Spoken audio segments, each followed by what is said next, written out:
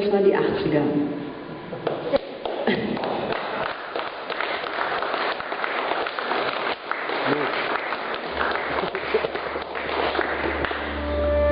Dann hat sich natürlich Berlin sehr verändert. Die Mauer ist gefallen und die 90er fingen an.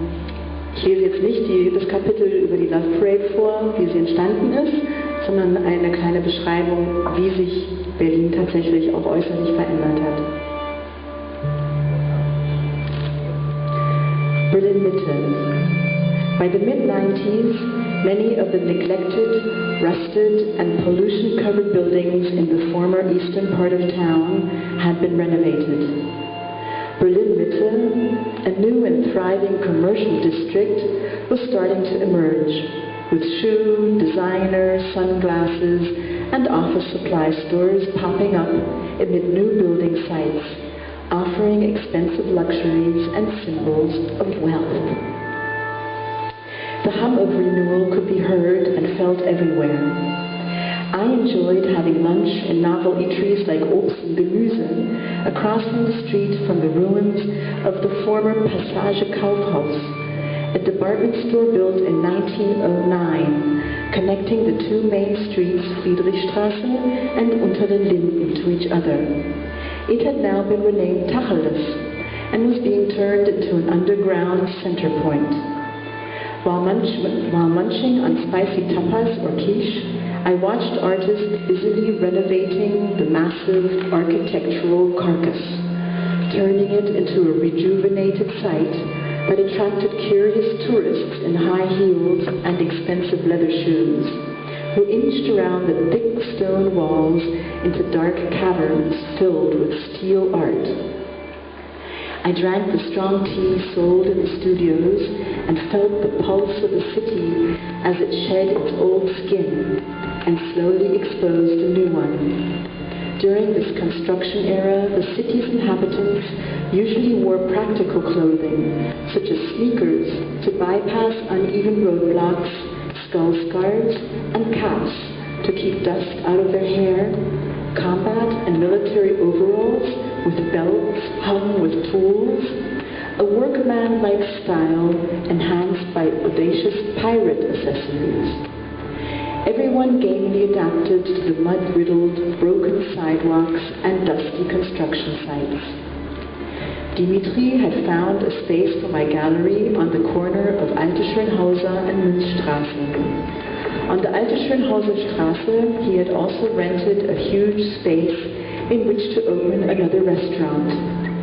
Always intrigued by historical architecture and the photography of it, he bought large art books documenting Berlin's structural design, and we spent many an afternoon in a newly discovered cafe, eating cake, sipping tea, and reading about the street we were going to become inhabitants of.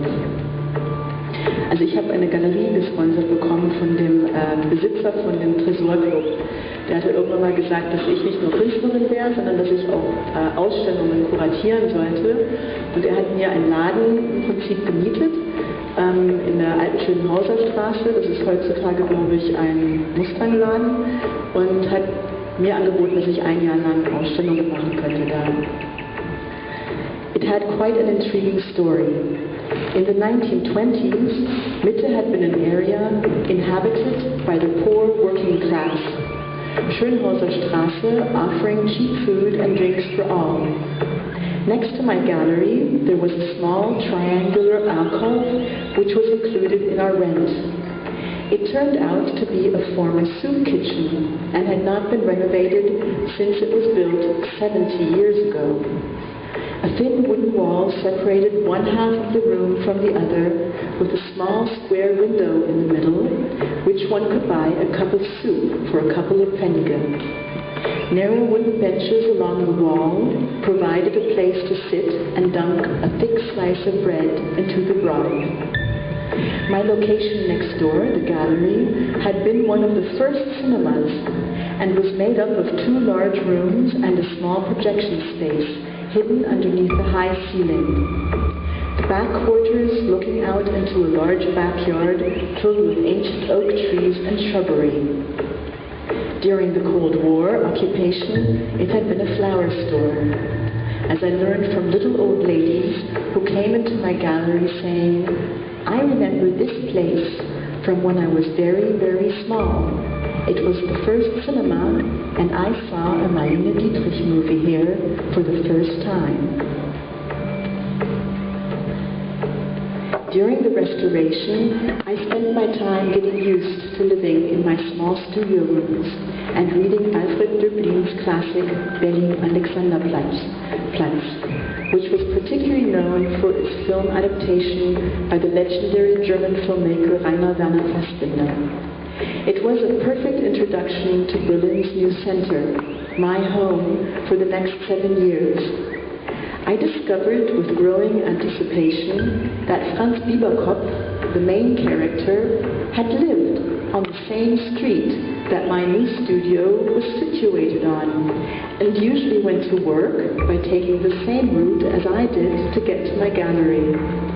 The description of flower stores, bakeries, schools, and location plans of the 1920s meshed perfectly with the structures I passed. The original signs still shimmering faintly beneath the peeling paint of not yet renovated buildings. This area was slow to be renovated and emanated a golden glow of timelessness, clearly disclosing the different layers of generations who had lived before the war, after the war, and during the communist regime. Sitting on the green moldy benches within the many small parks throughout the area, I felt as though I were in a fragile time capsule, dreamily frozen in the past, present, and future simultaneously.